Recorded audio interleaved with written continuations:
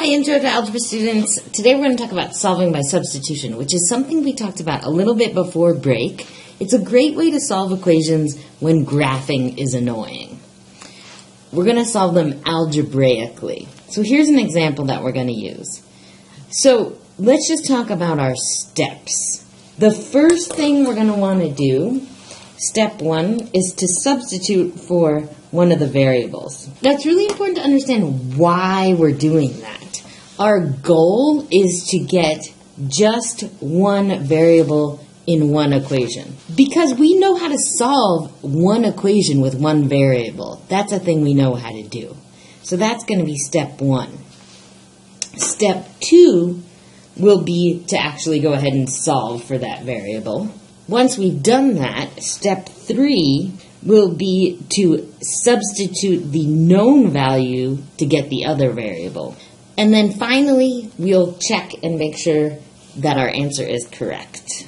Okay, let's go ahead and go back and do this for our example here at the top of the page. So, which variable are we going to substitute for? Well, we can see that y is the same thing as 6x minus 11. So what I want you to do is circle 6x minus 11 and put an arrow, because we're going to substitute that for the y in the second equation. I want you to copy down that second equation, except in the place of the y, put a blank. Now, what goes in the blank? Well, in place of y, we said we were going to write 6x minus 11. Now, we're done with step one. We've substituted. Notice that we only have x's left. There are no y's in this equation. It's one equation. It's got one variable. We know how to do that. Awesome. So, now we're going to go ahead and solve for that variable. What are we going to have to do first? Well, I'm going to have to distribute. Make sure that you take care of the negative sign when you distribute. Why did this become a positive 33? Now I have the x value.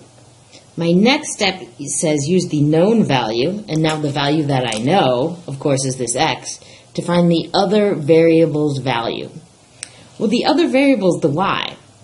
We could either use this equation or this equation, the first one or the second one. Which one do you think is going to be easier? If you pick the first equation, I agree with you. So I'm going to use the first equation there. I'm going to write y equals 6x minus 11. Except I'm going to rewrite this. What am I going to put in place of the x? We see here that x equals 2. So in the place of the x, I'm going to put 2. Great. So I know y equals 1 and x equals 2. So my solution, x value, then y value. How do I check to make sure this is right? Look back up at our original equation. We have to make sure that this point makes both equations true. So I'm going to write down my two equations, except in the place of x, I'm going to put 2. And then in the place of y, I'm going to put 1 and make sure it really does work with both equations. So the first equation says y equals 6x minus 11. Does this really work? Yes, that looks great. My second equation says negative 2x minus 3y equals negative 7. In the place of x, 2. In the place of y, 1. Great. Works for both equations, so I know I've got it right. We've got these 4 steps, and these we're going to use again in example number 2. Step 1, substitute for one variable. Which variable should I substitute for this time? The x is already solved for, so that's the one that's going to be the easiest to substitute. Awesome. What do we do next? All I have left is y, so I can go ahead and solve for y. Don't forget to combine your like terms and divide to get the y by itself. Great, now I know what y is. We still have to find x. Which equation would you like to use, the top equation or the bottom equation? I agree the bottom equation is probably easier. I could use the top equation and put in negative 4 here where the y is, but it's going to be way easier here because the x is already solved for. Where did this negative 4 come from? Well, we know it came from the y is already negative 4 from the step above. So our solution, making sure to write our x value first, 3, negative 4. Our final step here is to check and make sure this really works. And substitute in our solution to make sure it really works. Works in the first equation.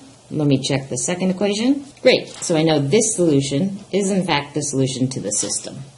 There are 2 examples that you're going to do as I give you a couple of hints to work through. Okay, what's the first step? Great, go ahead and solve for x. Now that we know x, what's the other thing we still need? Great, if x is 1 and y is 2, our solution is 1, 2. What's the final step you should do? Awesome. Good job. Here's one more for you to do on your own, and I'm not going to show the whole process step by step. You're going to check your answer. All right, go for it. Then come back and check your answer. Awesome job. Check your agenda for today about the next thing you should do for your practice.